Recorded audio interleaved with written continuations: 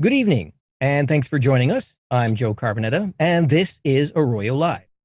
The purpose of our program is to hopefully help restore a sense of connection within our community through open and meaningful conversation during this time of social isolation.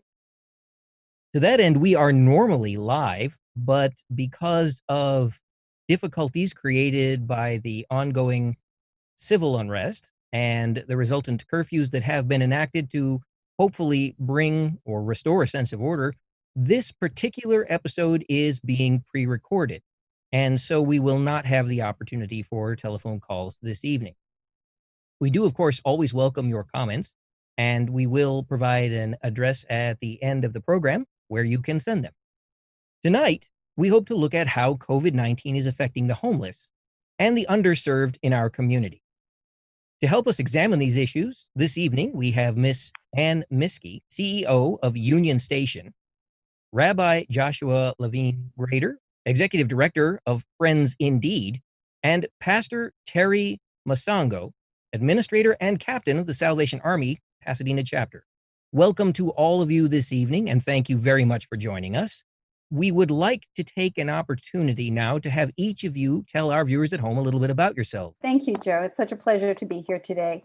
So I have been working on the issue of homelessness now for over 10 years. I've been with Union Station for the past 2 years, but prior to that, I worked on a lot of national policy issues. I was very fortunate to be part of First Lady Michelle Obama's Joining Forces campaign looking at homeless veterans, also did a lot of work around homeless youth. But I came to Pasadena because I'd heard about what an amazing organization Union Station was. It's an organization really focused on ending people's homelessness permanently. So I'm excited to be here and also really excited to be with my two colleagues here from Pasadena who are also doing incredible work. Well, thank you again for joining us this evening. Pastor Terry, I'm going to send it over to you. Well, it's my pleasure to be here. I've been with the Salvation Army for 20 years. However, the last 4 years I've been working here in Pasadena. As the Salvation Army, we work with people from the cradle to the grave. And with all of that, we serve a lot of homeless people, a lot of at-risk families, at-risk youth. And it's my honor to continue to serve even during these difficult times.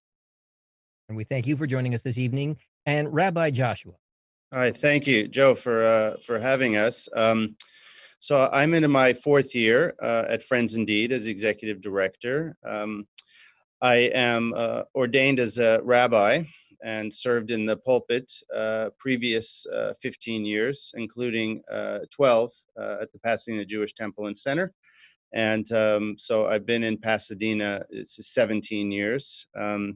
And I was an activist and someone who wrote a lot and spoke a lot on issues, including homelessness and poverty, when I was in the pulpit. And I'm honored to now serve Friends Indeed and to work directly with those most in need. Well, thank you for taking the time to be with us this evening as well.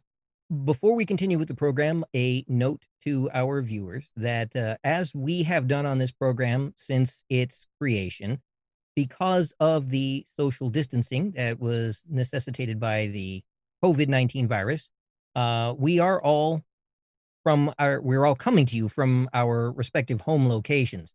And this becomes an even more important issue now with the curfews that have been enacted.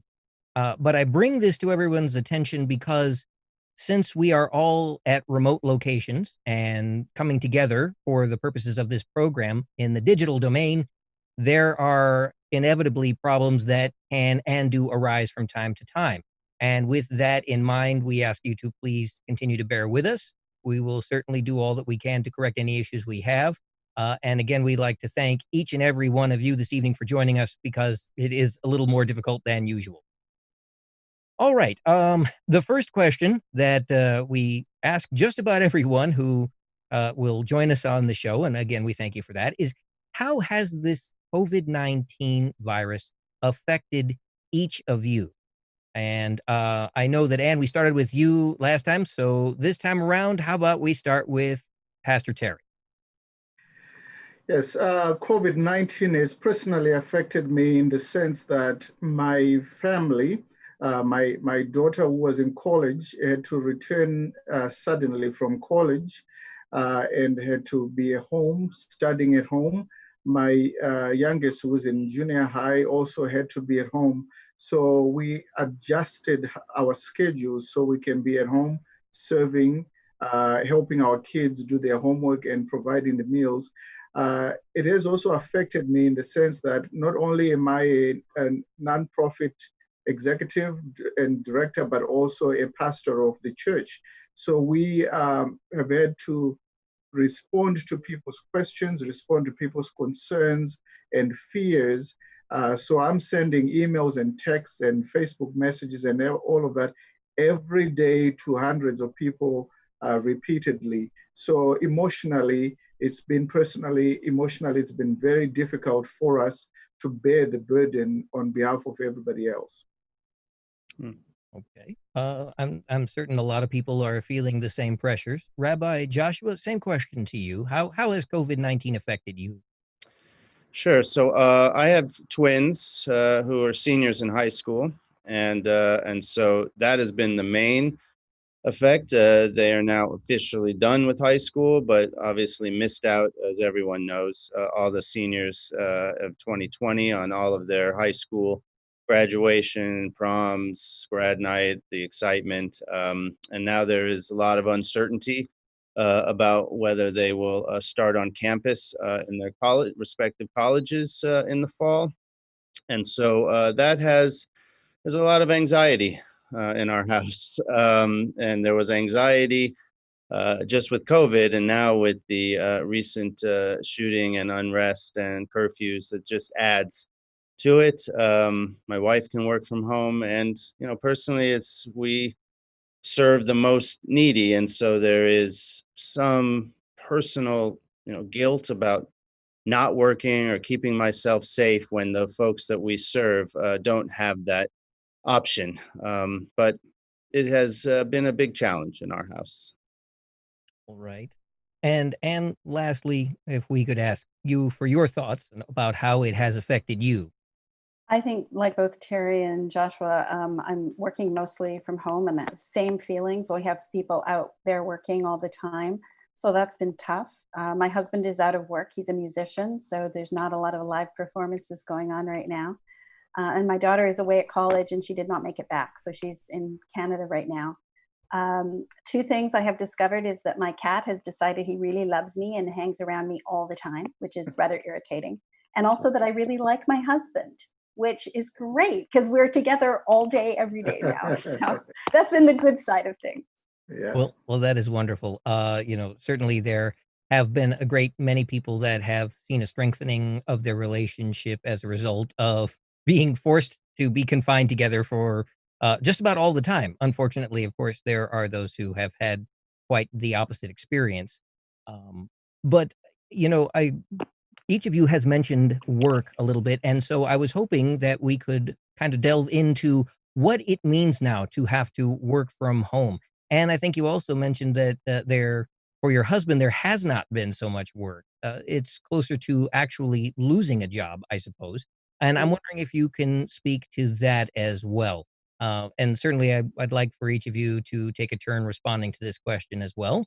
I guess, and since we were just discussing you and your husband, how about if we go back the other direction again? We'll start with you. Sure. So yeah, so it's interesting. We have kind of both sides of the COVID crisis. With my work, it's been pretty much nonstop, 24/7 since this started. I think we're all at the point of real.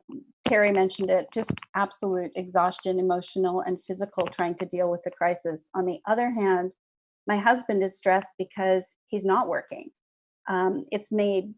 It's made great chores being done around the house, but I think it's really, really hard for him. So we have kind of the both sides of this crisis. Either you're working way too much and you're dealing with essential services and really the most vulnerable, or you yourself become more vulnerable because you're out of work.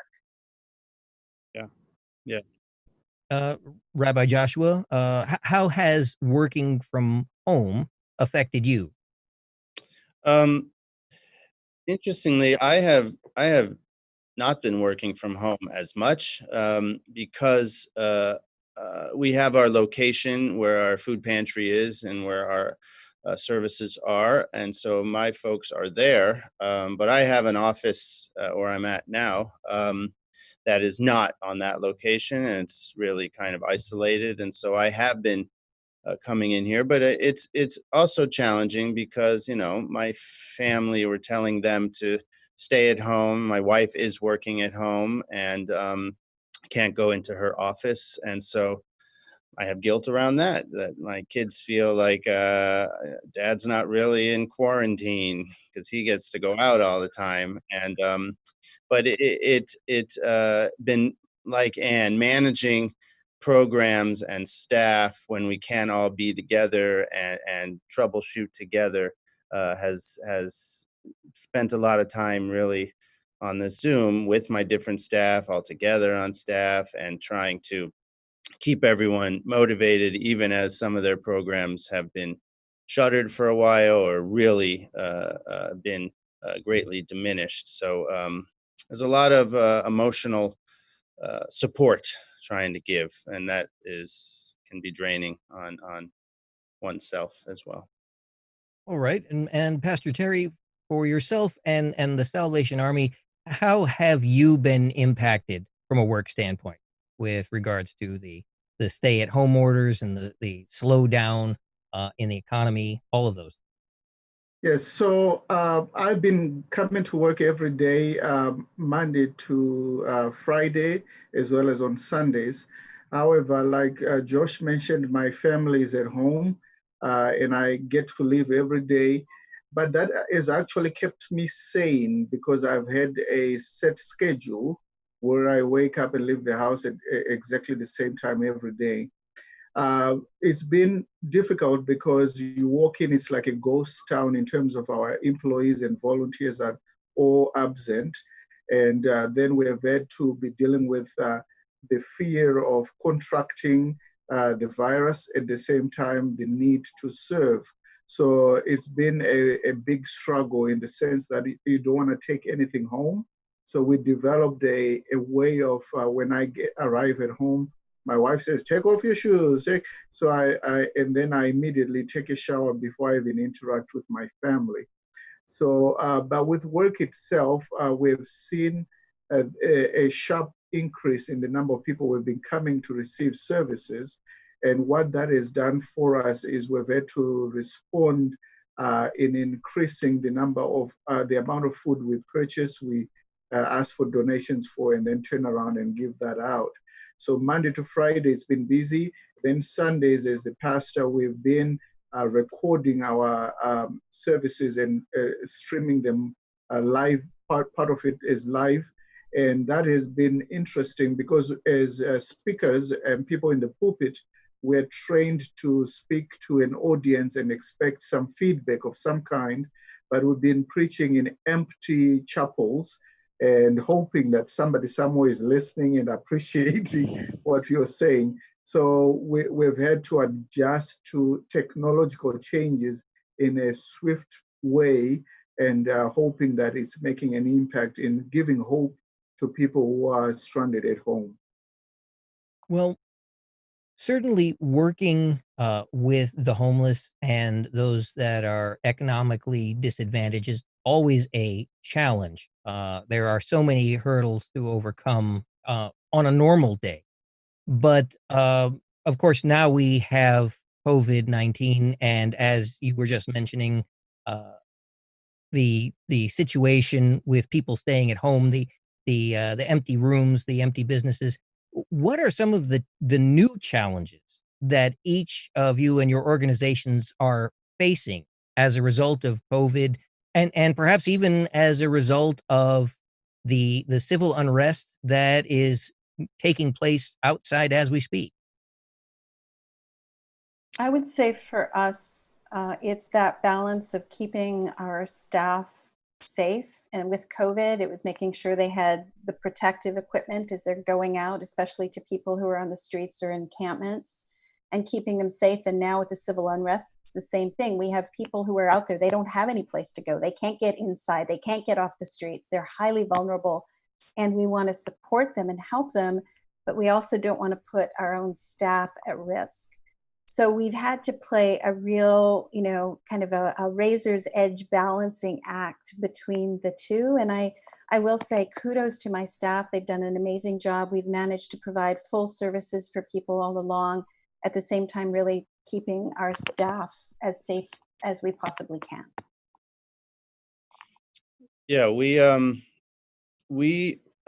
have a smaller agency, and a smaller location, and so it's been very challenging. We have, as a faith-based organization, really pride ourselves on the compassion, dignity that we provide our clients, and in large part that was in our food pantry, where people could come in and pick the foods and shop and pick the stuff that they wanted for their families and have an experience to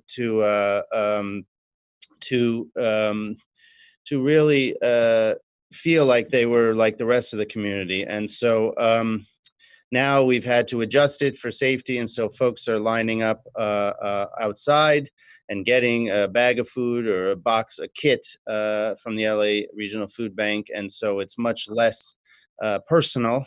We still try to make it as best we can. But that has changed how we operate. It's changed how the food we've been able to get, and how many people we can serve with that connection. That's a big change. And then in our women's room, which was shut down completely for several weeks, we've now reopened it, limited to just showers and laundry and food, but we were seeing 25 to 30 women a day, and now we can only really allow 7 or so in safely, and we can't provide any of the programs or classes or stuff that really what the ladies come for is the community and the connection, and that's precisely what we can't provide in a safe way. In addition, the majority of our volunteers were seniors, and so we have a very depleted volunteer crew right now. So it sounds like you're definitely facing additional challenges. Correct. Pastor Terry, how about yourself and your organization? What has this done to you? What this has done is quite a lot of similar challenges were faced. Initially, when this first hit, we had to ask all our staff who are 65 and older, as well as our volunteers who are 65 and older, to stay at home. So that affected the number of people we had here who were helping. Additionally, we had some employees who have medical challenges. They also had to stay at home.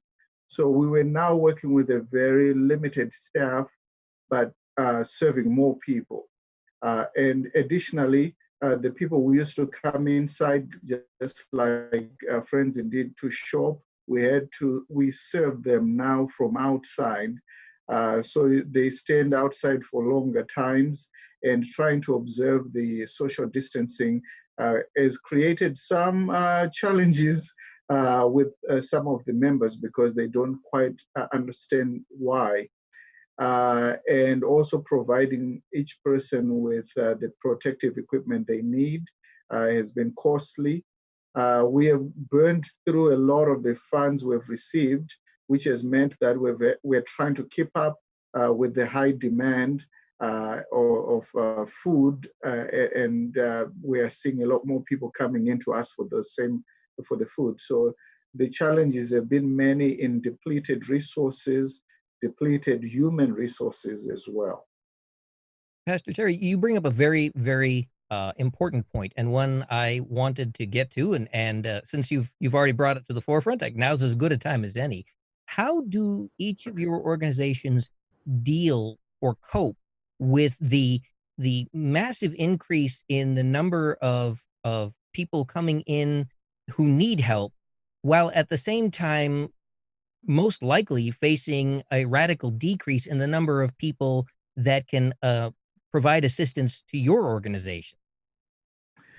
Yes, so right after this started, we felt the impact. The grocery stores didn't have enough supplies. We receive, all our organizations receive food from grocery stores through the grocery rescue program. So we received the food, but since the grocery stores didn't have enough resources, they were giving us very little.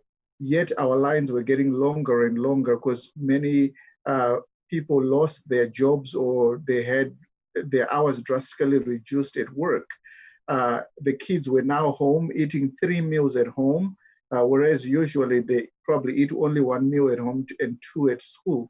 So they were now all at home. So we started seeing an increase of families coming to look for food, and then the individuals.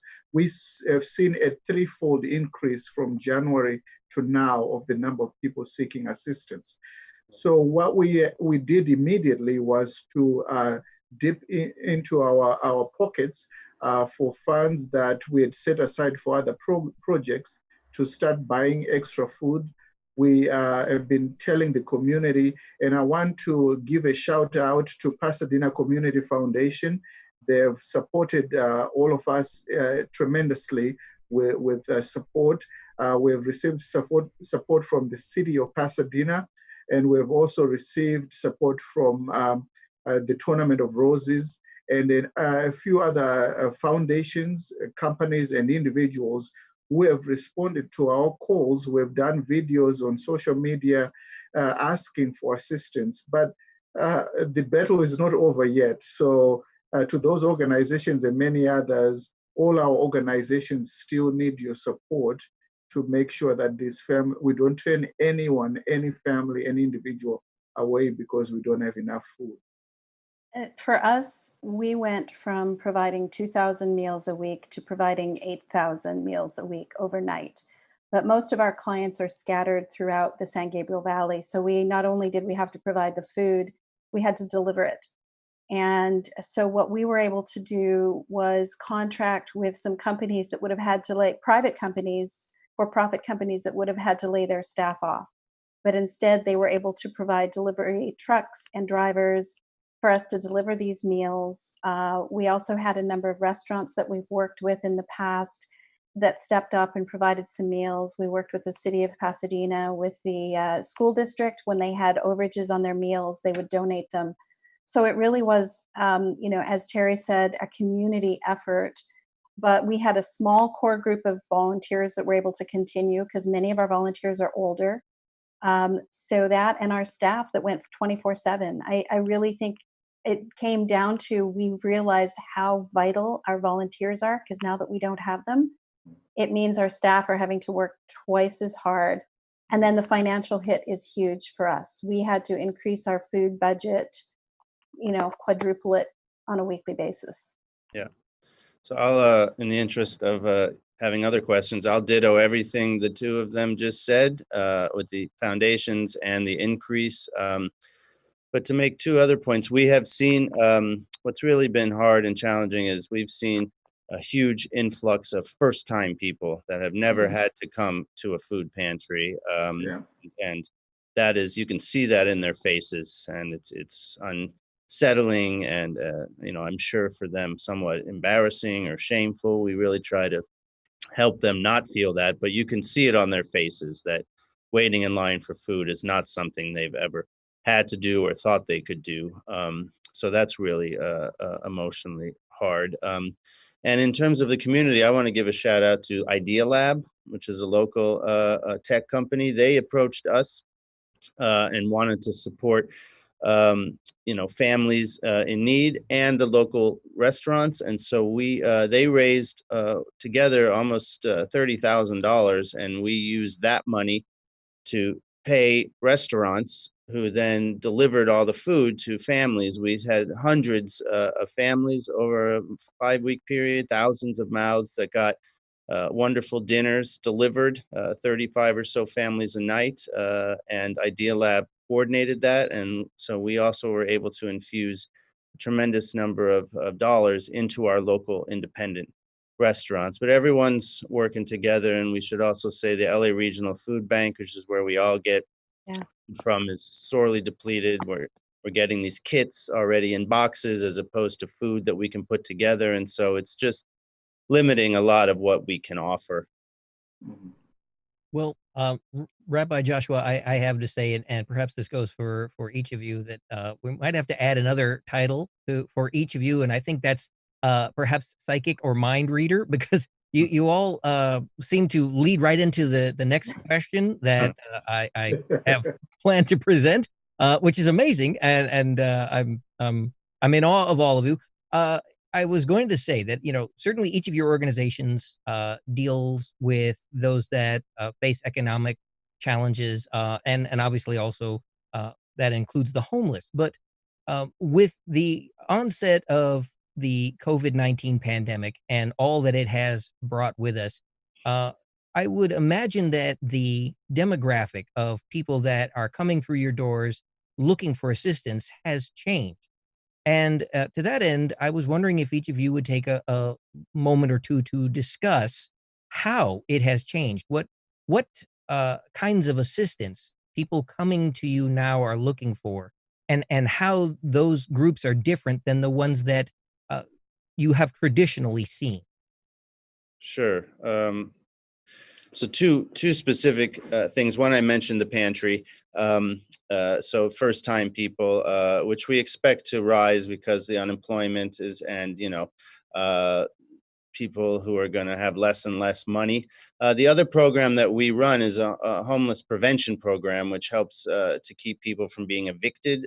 From These are people who have jobs and homes. And so helping them with rental assistance, but our phones are ringing off the hook in terms of 30% or more increase of people who are worried about eviction, even though there's the moratorium on right now. But it's a deferral, not it's not excusing the rent, and so people are quite nervous.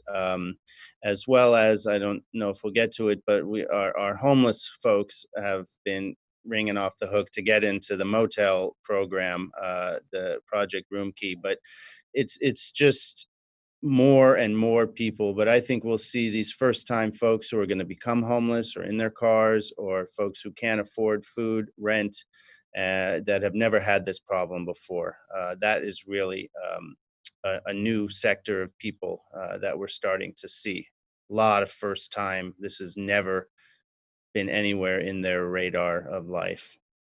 And I will say that another group that we're seeing increasingly is our senior population, Yes. who are being incredibly impacted economically. And therefore, people who have worked and had housing their entire lives, and suddenly they get to their retirement years and they're having to use food banks, or they come to us and they say, I don't have a place to live. I'm going to have to sleep on the street.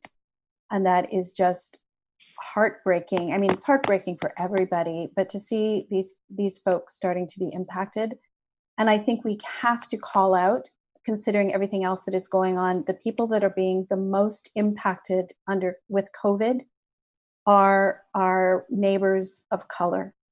Black Americans are being disproportionately affected in terms of food insecurity and lack of housing and safety and supplies. And, shame on us as a society for that. Pastor Terry, the same question to you. How have you seen the demographics change? Yes. So with our homeless population, whom our organizations share, we have seen an increase from 40 on average a day to 70, because we prepare these sack lunches for them. So from February to now, it's gone from 40 to 70 on average a day. But the biggest number has been with families. And like what was said before too, is first time family members who are coming and just saying, I've never been to a food bank, but we both lost our jobs. Or we are seeing our teenage kids eating, going through the food as fast as we have never seen before. So all of that has meant that people are facing food insecurity. There are many, and all of them are people we see in the streets and we wouldn't know that they are struggling. So, and to echo the issue with the challenges that a lot of the minorities face, certainly with jobs and then with food insecurity, those numbers are extremely high, and we continue to see those numbers climb. All right. obviously presenting newer and potentially more difficult challenges for each of you in your respective organizations every day.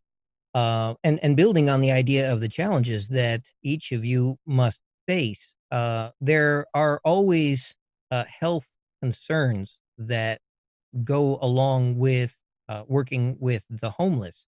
But now with COVID-19, those health concerns probably have increased quite a bit. How are each of your organizations dealing with those health concerns, not only for the people that come through your doors, but also for your employees and volunteers? So we were very fortunate that we work with USC School of Street Medicine, and right from day one that this started, they said everything you're hearing from public health and CDC is not strict enough. So we were really cautious about all of the things that we all know now. Protective equipment, social distancing. One of the first things we did, again in advance of the county, is we did what we call decompressed our shelter, which we moved people into hotel rooms because it's people in close proximity in rooms together that is the most dangerous. So we've done that. And then our street teams, our outreach teams that go out on the streets, again, full protective gear. They actually work with medical professionals. So they've been doing testing as well for COVID out in encampments. But they do a lot of social distancing. And again, a lot of it is not just our staff, but teaching our clients. And we also provide masks as we go out to meet clients. We have disposable masks that we give to people who are on the streets, or if they're people in housing, we give them washable masks. So we've done everything we can, and knock on wood, we've had no staff that we know of test positive unless they were asymptomatic. But we've been very fortunate that out of 200 staff to date, we've kept them safe. That's wonderful. Yeah, I'll echo that. Our outreach team is smaller, and so we had to pull back on being, directly on the street, interacting in the compassionate way. We stopped doing that for a while because of safety, and if we're going now, it's less during the week, and it's keeping the 6 feet back, and it's not spending as much time with folks, and just these folks already feel isolated and alone and invisible, and now the people that they've come to count on to be friendly and care about them are also keeping a distance or not coming as much. And so, but yeah, we've had to, volunteers are few, and everyone's masked and sanitizing everything and trying to keep folks 6 feet apart. But the volunteers amazing that we have in the pantry that are coming are doing several days because they're the ones who feel comfortable being able to do it. But it is added a much greater expense and to buy all this stuff and just stress to, in addition to the work, keep coming back to all right, spread out and try not to be near each other and stuff like that. And In addition to everything that's been said in trying to protect our clients and our staff, we have talked about the emotional weight with our staff. So I've told all of them that I need to hear that they're going on vacation very soon. So we are starting to look at time for them to take time off to be with family, whether it's a staycation or I don't know if they'll be able to travel, but at least to go away from it all. And my wife and I have done the same. We've talked about, we have a date we're looking towards, and we're saying, we'll just close the doors and be away from it because the toll has been heavy on the staff. And again, we're grateful that none of them have fallen ill, but we want them to be mentally stress-free and healthy. So that's our next target, is for all of them and our volunteers to get time off. all right. Well, I wanted to stop for just a moment. I mean, certainly there are a few more questions that I want to pose to each of you. Unfortunately, we were a little bit delayed in getting our production going this afternoon. Again, part of those technical difficulties that I alluded to at the top of the show. And with that in mind, and I know that you may not be able to remain with us for the entire duration of the program, but what I did want to make sure was that each of you had an opportunity to share with our viewers at home what they can do or where they can go if they'd like to make any donations, financial contributions, any kind of assistance to each of your organizations. And again, uh, knowing that you are a little short on time this afternoon, and can we start with you and your organization? How can Sure. the public help? Yes, and they absolutely can, and they have been. So thank you. The best thing to do is go to our website, which is Union Station HS. That's for homeless services. So unionstationhs.org. And the first thing you'll see on there is a COVID screen, and you click it, and it'll take you right to what all our needs are, including an Amazon list of things you can order for our clients. Obviously, financial donations are always greatly appreciated to help us through, because it's been mentioned a few times by everybody that this has put incredible financial burden on all of us, one that we know is necessary, but we have to keep going in the long term. So we appreciate, we also accept donations of in-kind goods at our admin building. The address is on our website. It's at Orange Grove and Lake. So we thank all of our incredible donors and supporters who have kept us going. And I know you may have to leave us at any time, Yes. so I want to say again, Miss Ann Miskey, CEO Thank of you. Union Station, thank you so much for joining us Thank today. you, Joe. Thank you, everybody. When you do have to go, please, Yeah. we understand. Great. Thank you. Rabbi Joshua, how about you? Again, same question. How can the public help? Yeah. So, like Ann, you can go to our website. We'll go to our website. Friends Indeed, PAS, all one word for Pasadena, friendsindeedpas.org. And you'll see ways to donate financially, which we're most grateful for, because the more unrestricted funds we have, the more we're able to pay for operations and keeping folks working. But you'll also see lists of food items, gold star items that our pantry needs. And one of the changes that we had to make for safety and not making it too chaotic now that we're outside. So donations we can only take on Fridays and Saturdays between 8 and 4 at our location at 444 East Washington and Los Robles.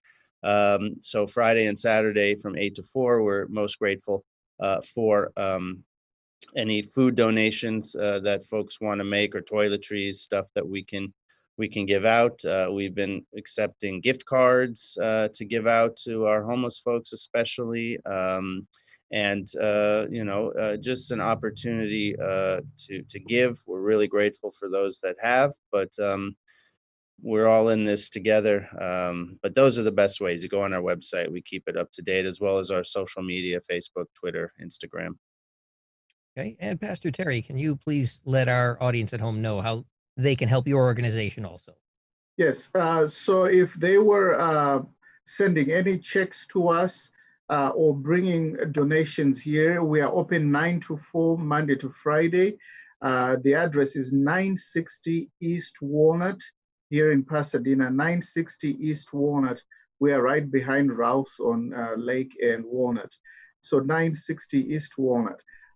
If they were giving online, you can go to our website, PasadenaSalvationArmy.org, PasadenaSalvationArmy.org, or our Facebook page, which is Pasadena Tab.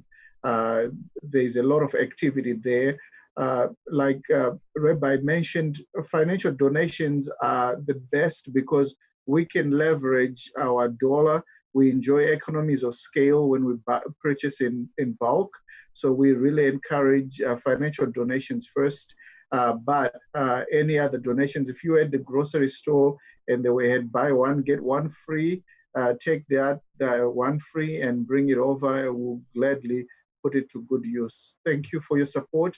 We couldn't do what we do without the community support, so we're very grateful. Yeah. And we thank each and every one of you for all of your contributions as well.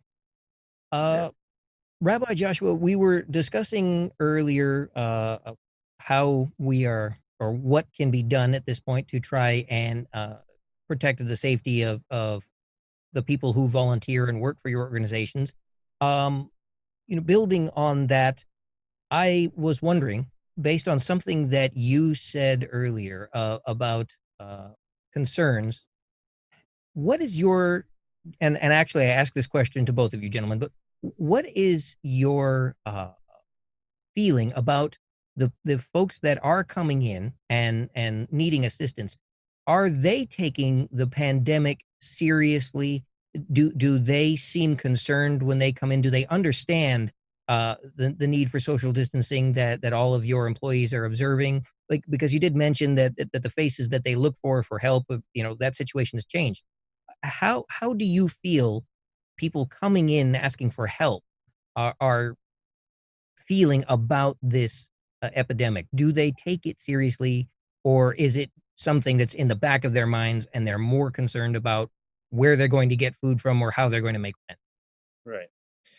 Well, we certainly provide, masks to anyone who don't have them, and do education as best we can. But I think you're right, Joe, that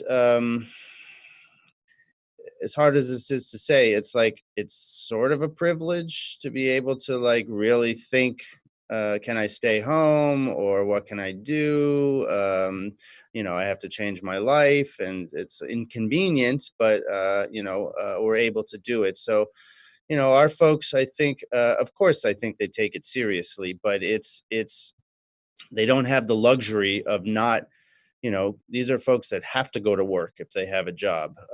They don't have an option. So, as well as, trying to feed your kids and trying to make sure you don't get evicted, I think, we're all struggling. But I think there is a sense that it's serious. But yeah, I think that it can go a little bit in the back of your mind, and I think that's interesting just in terms of what's happening in our country since the murder of George Floyd and all the unrest and protests now, because people seem to, like, the pandemic is not yesterday's news, but like we're dealing with these protests and curfews and people want to be on the street. And I think there was a sense of, wow, let's get out there, we'll wear our masks, but this is more important. And so but it's not going away. And I think that we're doing our best to make sure people know that. But I do think there is a different approach, even mentally, to what is possible when you have little to nothing Yeah. in your life already. Mhm. And I agree with Rabbi. Everything you said is very true. The only difference is that they we have luxury to choose whether we stay home or we do this or that, and they don't. Some of them sleep in shelters that require them to leave first thing in the morning and not be anywhere near the shelter until at night. So it means during the whole day they're just walking up around town carrying all their belongings. Some don't have a place to take a shower, so they have to go line up at Friends Indeed or try to clean themselves up somewhere else. And with all of that, it exposes them to danger. So I think they want to be safe, but circumstances don't always allow. Yeah. I certainly can understand that. There's definitely an added sense of urgency when you're not sure whether you're going to be able to keep a roof over your head or where your next meal is coming from. Yeah. Um, Interestingly enough, you were mentioning the protests that are taking place outside, Rabbi, and to that end, we have seen a lot of news reports, especially with this most recent wave of civil unrest. There has been a lot of discussion about how the destruction that is being caused is taking away from the original intent of the message of the protesters, which obviously was the senseless death that occurred at the hands of police. In that same fashion, do you think that the COVID-19 pandemic has redirected the narrative of the homeless plight? Because prior to COVID coming on the scene, there had been a lot of discussion about the growing homeless epidemic. But that all seemed to go by the wayside as soon as COVID and social distancing appeared. Uh, do you think that message has been buried now? And does it need to? Obviously, it needs to. But how do we balance it with all of the other things that are happening to us now? Right. I think that's a great point because I think we see this whenever there's one tragedy and that gets out overshadowed by another tragedy. And I think the biggest challenge we're going to see is, yeah, there was a huge push in dollars, federal, state, local dollars for building homeless shelters or building affordable housing. I know, Captain Terry has his own project that was about to get underway. I don't know where that is, but I imagine, all the budgets have now been totally, let's just take the $3 trillion that the federal government needed to get into the economy so we didn't totally fall off a cliff. Those who are poor and those who are in the disadvantaged, homeless, minority communities, they're going to take the brunt of it. And so, yeah, all of the grand plans that were going on are now on the back burner, if not not off the stove, because the money is gone. It was going to be hard enough to spend it, and a lot of community, challenge, but just from the basic economics of it, the issue is not going to be talked about because the money is gone. Yeah, it is very difficult because giving an example of ourselves here in Pasadena as the Salvation Army, as Rabbi mentioned, we were working on expanding our social services and food bank, creating a bigger space so that our clients can come and shop around. There'll be more storage of food and so forth. And then we were going to add 3 floors of permanent supportive housing, 65 units for individuals who are experiencing homelessness in our area. So as COVID hit, we found out immediately because the stock market went down. So most of the people we were talking with began to say, I want to wait, or let's see how this is going to go. And secondly, other organizations were saying the same thing, that we are responding to COVID-19 for now. We'll see if we have extra funds to give you for this project. Right. So we have had internal discussions about this, should we pull the plug or not?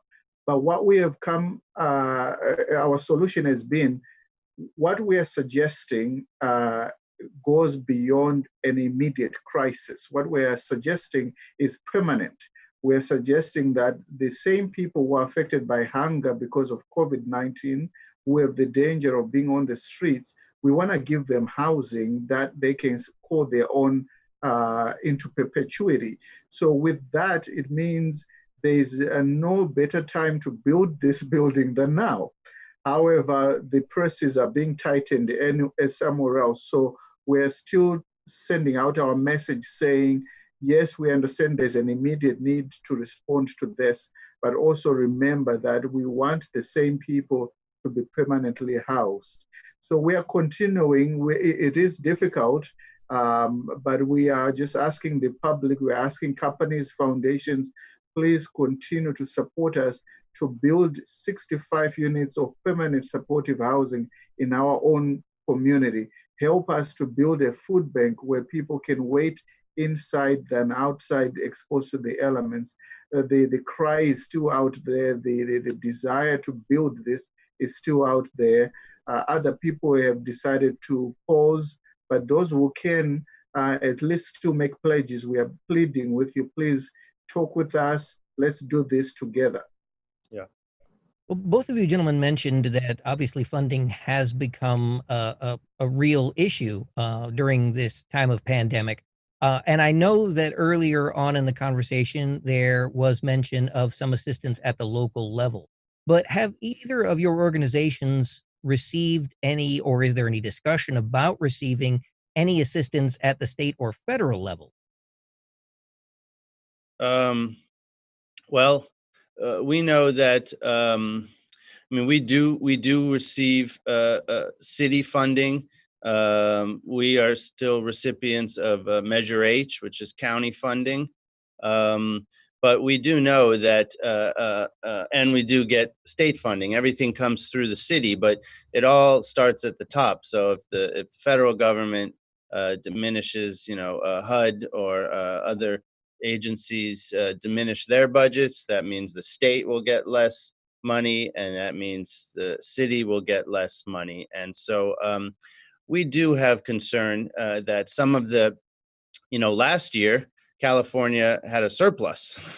And that we were getting some new grants and some brand new stuff that was able to come to us right now. And some of those were 2-year commitments. And now I know the governors, I don't want to speak, exacts, but I know that we're going to face a huge billions of dollars of cuts, which will mean our work is on the front lines of what gets cut. And so we're okay right now, but we're anticipating towards the end of the year and certainly into 2021, it's going to be very challenging in the government. We're forecasting, projecting a lower government grant cycle than we have in the past.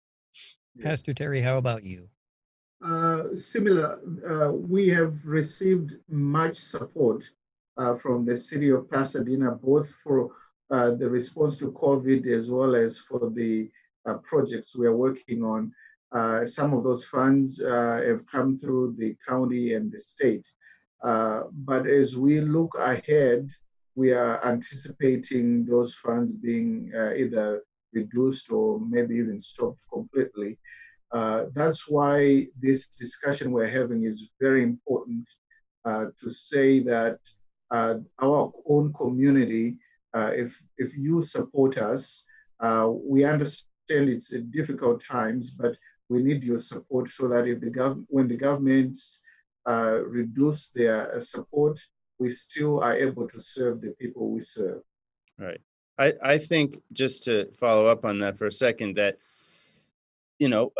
people are always generous in the beginning of a challenge. They want to give, and these, as Terry mentioned, the local foundations and the city and other groups have created these emergency funds, and the foundations have been great to say, if we gave you restricted funds, just unrestricted and use it how you need. That was very generous. But we do know, as both of us, are responsible for our budgets and to our boards, that it's the projecting into 2021, 2022, when the generosity kind of levels off, and when the people have been so generous, perhaps we'll start to see more of a financial hit. That's where I think is and at the same time, we're all saying there's going to be more people in need once the economy goes where we think it's going. Yeah. So clearly, in these very unusual times, support from the public has never been as important as it is right now. Right. And folks have been very generous. I just want to say people have been very generous in this time. That's wonderful to hear. We are just about out of time, but I don't want the show to be all about bad news. And so I was hoping that each of you gentlemen might take a moment to share perhaps one of the recent success stories that you have had dealing with this situation. Sure. Terry, you can go first this time. I'll start. As the Salvation Army leader, I wear two hats every day, being that of being the pastor and then that of the executive director. So as a pastor, the silver lining has been online services. We have seen that our numbers of people who are tuning in to receive a message of hope where in these distressing times has been tremendously high, in the thousands of people watching every Sunday on our Facebook Live, Pasadena tab Facebook Live. That's been great every Sunday at 10:30.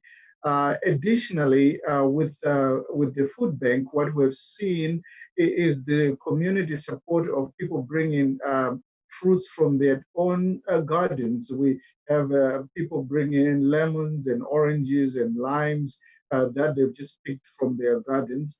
Another one is of the stories of people who are grateful. I can tell you almost every day I'm in the food bank, I'm in tears when somebody can't stop saying thank you. And I feel, we are simply conduits of grace. We receive donations and we pass them to those who are in need. But those people who are hopeless receive hope because of what has been happening. So it's been a glorious time to see people express their gratitude, and they are thanking us, but we are turning around and thanking the community for supporting us to receive these thank yous from grateful parents, grateful grandparents, and all the individuals who serve. Yeah. And same for us. Folks have been bringing flowers or gifts to our pantry staff, and because they're so grateful that we're there. And I've been amazed in this work since I started. These are the most needy, some of the most downtrodden, and every day they're grateful and they have smiles on their faces and they don't complain as much. And that really is it's a beacon of hope when those who are most in need can show us what gratitude looks like, even in the hardest of times. And for our ladies who come to the women's room to just say, "I'm just so glad to see you. I'm just glad to see your face." And there's a lot of success. There's a lot of success in the difficulty, for sure. Well, gentlemen, there's really only about a minute left, but I'm wondering if either of you gentlemen have a closing thought that you'd like to share. Well, in the Salvation Army, we say a person may be down, but they are not out. The people we're serving are not down. They may be down, but they are not out. Let's not write them off. Let's help them, and let's continue to support our community to make Pasadena the best place to live, work, and have fun. Yeah, our mission is embedded with compassion, connection, dignity, and we are blessed that no matter what's going on, we can still provide that and give that sense of hope and love, and for the moments that people are in our midst. So we're grateful for that. All right. Well, again, Pastor Terry Masango, administrator and captain of the Salvation Army Pasadena chapter, and Rabbi Joshua Grater, executive director for Friends Indeed. Thank you, gentlemen, both for joining us this evening. It has truly been a great pleasure speaking with you this evening. We also, of course, want to thank Miss Ann Miskey, CEO of Union Station, for taking the time to join us on the program. And we do, of course, apologize to her as well. She was unable to remain with us because we were a little late getting started. But thank you all for all of the work that you do each and every day supporting our community. It certainly has been a wonderful benefit, and we wish nothing but the best for your organizations moving forward. If there are topics that you'd like to see addressed in our discussions, you can email them to us at arroyolive@pasadenamedia.org. That's arroyolive@pasadenamedia.org, and we may include them in a future broadcast. Thank you very much for watching. I'm Joe Carbonetta. Have a wonderful evening. Thank you.